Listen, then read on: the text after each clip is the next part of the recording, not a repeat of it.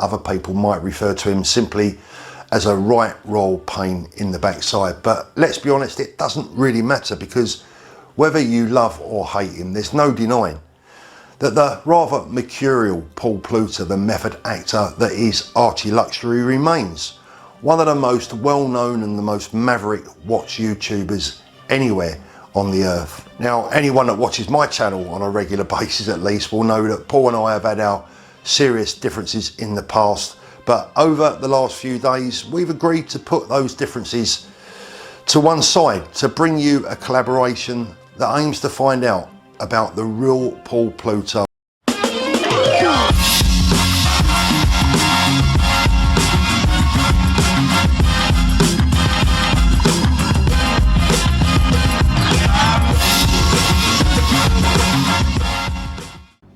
Hi guys, ArchieLuxury. Go to f2bbs.com, www.f2bbs.com, the last bastion of free speech on the interweb.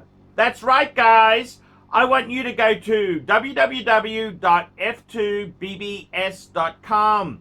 That's right, I want you to go there. You can, this is a great site to fight against all sorts of nastiness by posting on f2bbs.com, the last bastion of free speech on the interweb. Go there, guys! And we're live with the UK's legendary watch trader, Paul Thorpe. How are you, my friend? How are you going? Well, I'm all right, Paul. I'm struggling a little bit after the news this morning that we might be locked down till the end of May. I'm not quite sure that me brain or me haircut will last until then, but there you go. Apart from that, I'm all right. Paul, that is terrible. I've got to tell you, we've had a similar thing happen in Australia here. We had some lockdowns. There's no international travel, okay, but yeah, we started to move around the States. And I'm very keen to actually go to New Sydney. I want to go to Sydney to see a friend who's got a few watches I wanted to film and just have a chat. Because Sydney's like 1,000 kilometres from yeah. Brisbane. And the problem is I can go to Sydney, but I got to quarantine for 14 days when I come back. And, wow. and that's not really... That's painful. It's not viable. Yeah. But Paul, I wanted to ask you some questions because we had a great interview on your channel. For anyone who's watching there, the Paul Thorpe channel, I'll put a link in one of these corners. I never know which corner it is, but we'll put a link there to link into your channel. Some interviews I did with Paul. I'd like to carry on. I wanted to ask Paul some questions, and I'd like to ask him a few things. The first thing I wanted to ask you, Paul, is when did you first hear of Rolex? How old were you when you heard of Rolex?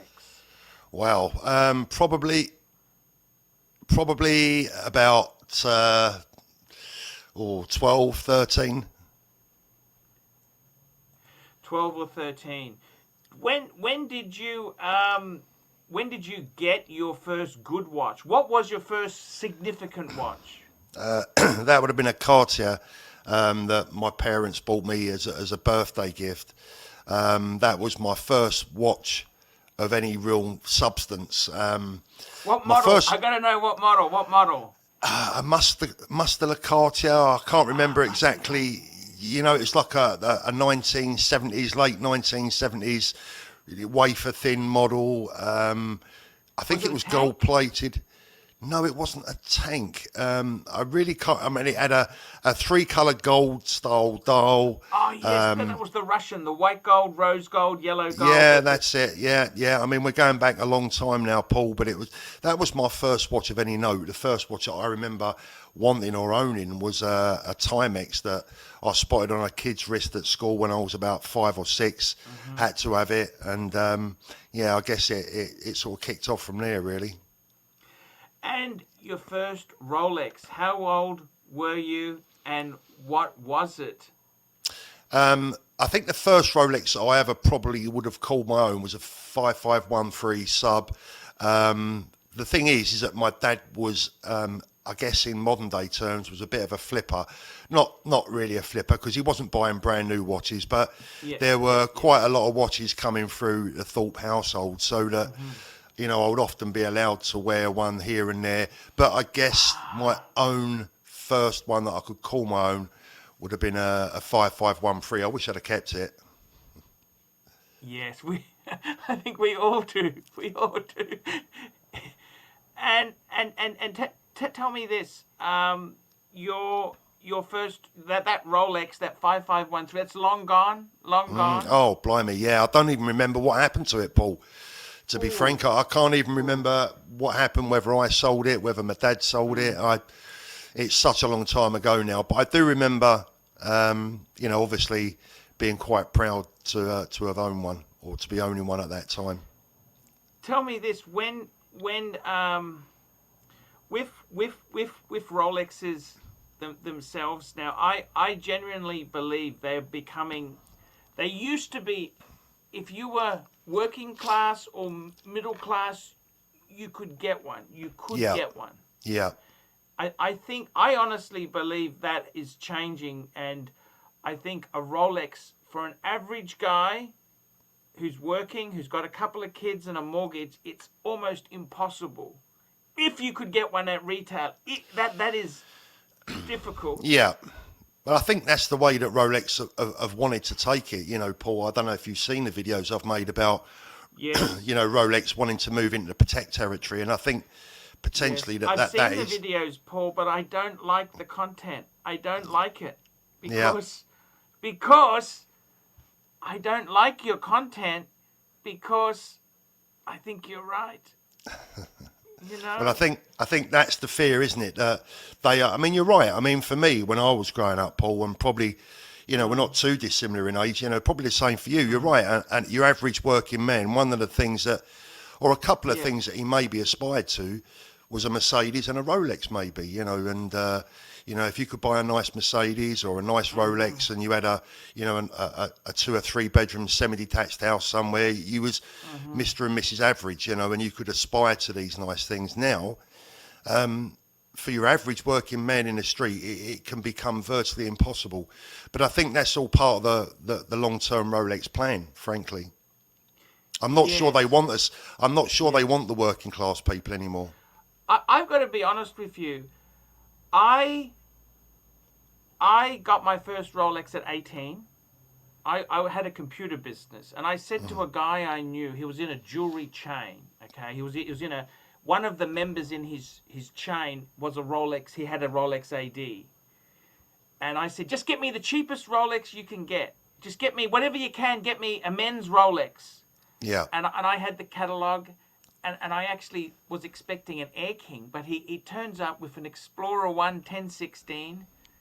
And I was disappointed, because I thought there was going to be an Air King which had the sapphire crystal. Yeah. And I remember my dad using his teeth, touching, and said, this is even glass. And I thought, you know what? It doesn't matter. I like it. It was a cool. That model turned out to be very collectible. And my Rolex was stolen by the Chicago mob when it went through customs. I sold it to a guy. I got all my money back, actually, believe it or not. But the thing is this, I've got to tell you, the only reason why I started looking at watches was, you know, buying and selling a bit, because I could never afford to pay retail. They were expensive. Rolex has always been expensive. They were never really. You know, like you see an old advertisement from 1970, it says it's 500 pounds or $500, but you got to remember, the average person was earning $100 a week. Yeah. I think if you look back in history, Paul, you know, the Wilsdorf and Davis story, as it were, I believe that their philosophy, and when they built the company, their philosophy and outlook was different to the company that we see today, completely different.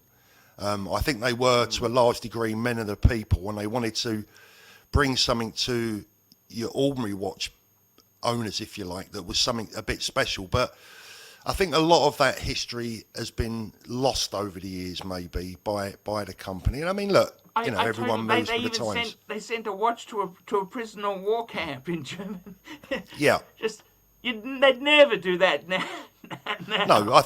I think some of the today's policies would have them turning in their grave. But Mm. we have to understand that we move with the times, and maybe needs must. So we don't live in the early 1900s anymore. So Tell me this, Paul. I've recently, I actually got out of Rolex. Okay, a couple of years ago, I had a few. The prices were going crazy. I've always loved Pateks, which was probably a mistake. To be completely honest with you, it was probably a mistake. And I had a very, very cool fan of mine. Actually, I'll tell you what happened. I went all over Australia trying to get a Rolex. I had so many people say, "Look, when you want to get one for yourself, I'll get you one at retail." yeah, I could get nothing. Anyhow, I had a very good friend of mine who's a gazillionaire, MJT. He said, "What do you want? What do you want?" And I said, this actually made me, this is the first time I kind of really thought about it. When I got my first Rolex, it's get me the cheapest Rolex you can. yeah, But now I'd owned several hundred of them, not at the same time, but you churn them. And I thought to myself, what do I'm not looking at selling it. I'm just thinking to myself, what do I want? And I thought, because I had a gold sub, and I got to be honest with you, it's a bit garish. You know, even the two-tone I found a bit. I thought to myself, what do I want? I had a long sit down. I thought, what do I really want? I thought, you know what? I'd like a sports steel. I'd like it to have a date, because I find that if yeah, if it's going to be a daily, it's nice to have the date. And I thought I'd like something, either a GMT or the bezel, the timing bezel. So I got to tell you, Paul, I'm actually wearing it today for this interview here. I got a new 41. We can focus it. yeah. The 1-2, yeah, Yeah, the 126610. And I got to tell you, Paul, I think that is a perfect watch for a man to have. What do you think is a perfect watch for? I mean, you could always say platinum Daytona. You could say, of course, but I mean, for a man who has to take the kids to school, and I gotta, do things, and yeah. I think. What do you think a good watch is for a man? Well, I think you're right, Paul. Really, any still sports watch is a great watch for everyday use. I mean, We're talking Rolex, of course. yeah. I mean, look, ultimately, Paul, like, I was a businessman, and a lot of people say to me, you don't talk enough about other brands, but in the world of watch dealing, Rolex takes up 99% of your time and your business day. So if someone had walked into my store and asked me the question you've just asked me, I would say, well, look, firstly, what's your budget? Let's consider your budget, because that's important. Some people with £500, Gov. yeah. I mean, that would be nice, wouldn't it? But one of the reasons I'm always suspicious when someone asks me what's your budget, I'm always suspicious. But in the watch world, it really is an honest question, and the reason why is because if someone says, "Look, I've got £3,000 to spend," my advice to them would be, don't spend it. My advice would be, go away, save it. And ultimately get yourself something that's really worth having, because when you look at people that have got maybe 2,000 up to say 4,000, 5,000, it's what I call danger money. You're in danger of maybe turning that £5,000 into 2.5 in a heartbeat, and it's not where you want to be, really. So I would. Yes. The question from me, what's your budget? It wasn't a probing one, as in how much can I get from you. No, it was to genuinely. Is it worth spending in the first place? Yes. So my advice would be still sports watch. Obviously buy with your heart as well as your head. Look, you can buy nice Amigas, etc. for that sort of money. But as an average everyday wearer, a watch for life that's going to last you forever, one that you can potentially pass down to your kids. You can't really look past the sort of thing you've got on your wrist now, Paul. I've got a deep sea dweller on my wrist. A magic piece. That's a great. Yeah, you got same. The full black. Can I just have a look at that full black? Full That's black on your wrist. That's the full black. Yeah. And that's the 44 mil, isn't it? That's 40. Yeah.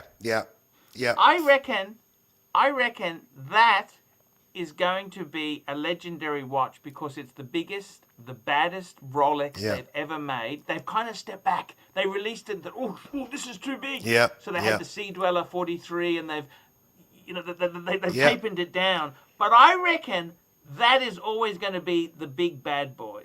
Yeah, well, it's a watch that they produced in panic, isn't it? Really, to compete with like the AP obsession, especially amongst watch dealers. I mean, I was going to the Munich Watch Fair, or what year are we talking now, Paul? I can't remember. 2014, 2013-ish, this sort of time. Every single watch dealer worthy of a mention had ditched the Rolex. They were all wearing APs. Yes. And when Rolex. was that? What year was that? What year was that? Oh, I'm It's talking. the early 2000s. I remember that in the 2000s. Yeah, a bit later than that. I mean, I Okay. I started attending the Munich Watch Fair probably around 2008, 2009. By 2012, you know, everyone was wearing APs. If you weren't wearing an AP, you weren't a watch dealer. That's the fashion. You know, that was the internal fashion. So I think Rolex looked at the rubber strap phenomenon. They looked at the size Yes. phenomenon, and the initial deep sea dweller for me was a panic product. Let's get something out there quick that can compete. And it wasn't until they looked at it and thought, what have we done? You know, a 20 mil bracelet on a watch that size and that way, it's crazy. So I've said it before, it's an anomaly that probably won't see its heyday until maybe, you know, me and you are gone. But one day it's going to be a very, very sought after piece. Is that a keeper or is that just a flip? Is that a flip or a No, it's a keeper, mate. Yeah, it's a keeper. Yeah, I don't. There's a few watches that I think now, really, you know, I'm finished selling. I do sell the odd piece, Paul, that I sometimes look at and think, you know what, I just don't want you in my collection anymore. Yeah. But as far as buying and selling for profit, etc., those days are now long gone. I want to ask you this. You are a Ferrari man. I You was. had a 360. No, I had the 430, You F430. had the 430. Yeah, That's a Yeah. beautiful car. I love the four. I yeah. I remember the 355. That was before then the 355 became the 360. Then the 360 became the F430. Tell me Yeah, this. I had a couple of those. I had a red one, then I had a black one. Beautiful cars, but you know, it's something that I'm glad that I did. I don't, you know, I didn't want to go to my grave thinking I've always wanted to own one, but never did. You know. How much is a Ferrari, like a decent Ferrari in the UK? That 430 today that I had, I think I paid. They were about 100 grand a piece when I bought them. Today they're probably about the same money-ish for that 430. Okay. If I was going to buy them, I wouldn't be doing it. But if I was going to, I'd probably be wanting something like a 488, which is going to cost you 180, something like that. Let me ask you this: 100 grand figure. Would you rather have 100,000 in watches or the car? Both.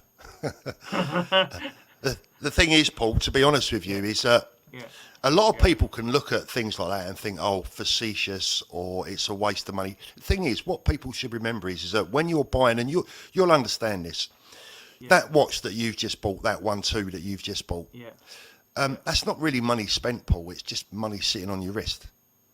Yes.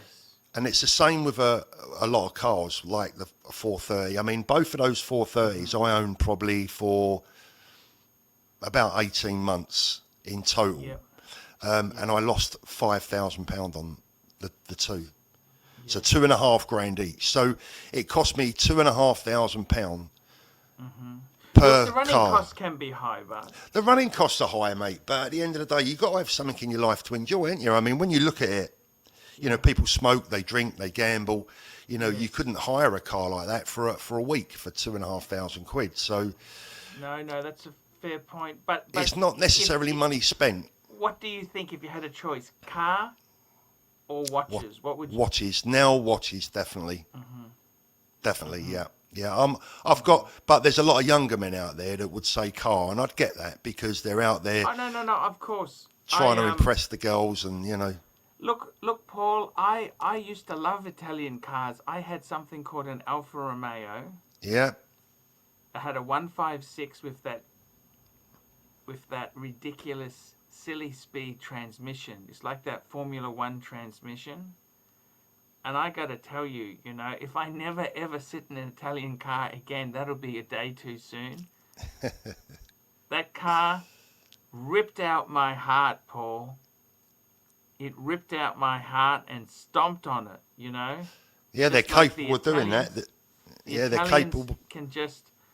I had a friend of mine look at it. He said, "Paul, it's got 50,000 kilometers on it. That's like 35,000 miles. How bad can it be?"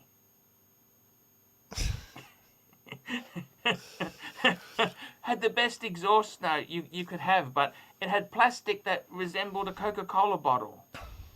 The quality of plastics in it was like a Coca-Cola bottle. They can rip your wallet out. Beautiful sound going through a tunnel. Yeah. The thing is, Paul, you know, when I own those cars, and they're just, you know, a couple of the nice cars that I've owned, you know, the thing is that it's not really reflecting, like, it was a car that I loved to own. I loved putting in the garage. I used to go out in the evening, I'd take the cover off, I'd polish it, look at it, put the radio on, and I'd love doing that. I'd love that experience. But the part that I actually didn't like about the car is that my wife wouldn't get in it because it drew too much attention, and she hates attention. And I actually wanted the car to become invisible because you was frightened of where you could park it. Sometimes people... No. It's actually, Paul, believe you me, I was lending a friend. I was looking after. He had a Pagoda Mercedes. I don't know if you know what that is. It's a 1960s SL. Okay, so after the Gull Wing, they had the Pagoda. Yeah. It had become very expensive. I had one about 10 years ago. He wanted me to sort out a few things. I loved that car. I really, really loved it. I sold it and got a Rolex as commission for selling the car, but that's another story. And I always had this dream. You know, I used to read Classic Car magazine, and the dream was I'd take my wife or girlfriend, we'd go and have a picnic. You know, we'd go and take a rug with us, take a bottle of wine. Yeah. We'd take the Mercedes-Benz convertible, you know, a beautiful... And I said to my wife, we came to it. I said, let's go. And she said, do you mind if we take the Honda Accord? Yeah. And it just shattered the fantasy. Sometimes, Paul, these are better left up on the poster on the bedroom. And, And I got to be honest with you, that was a major letdown. Okay, Paul. Hi guys, ArchieLuxury, and who do I recommend in America? In America, who do I recommend for quality pre-owned wristwatches? David SW, David SW, David SW. Go to davidsw.com. He is the best, the greatest pre-owned dealer in all of the United States of America. David SW, David SW, David SW. Hey guys, ArchieLuxury. Who do I recommend for watches in Brisbane and Sydney? Vintage Watch Co. That's correct. Vintage Watch Co. in Brisbane Arcade in Brisbane and the Strand Arcade in Sydney. Vintage Watch Co. Brisbane and Sydney. Ronnie, I've known him since the late 90s. Ronnie is a top bloke. Luke is a great guy. Vintage Watch Co. That is who I recommend in Australia. Check out Vintage Watch Co. and the guys' amazing range of watches. They also do service and repairs. Vintage Watch Co. That is where the Pontiff goes. You know, some of my Patek's came from Vintage Watch Co. That's right, guys. Vintage Watch Co.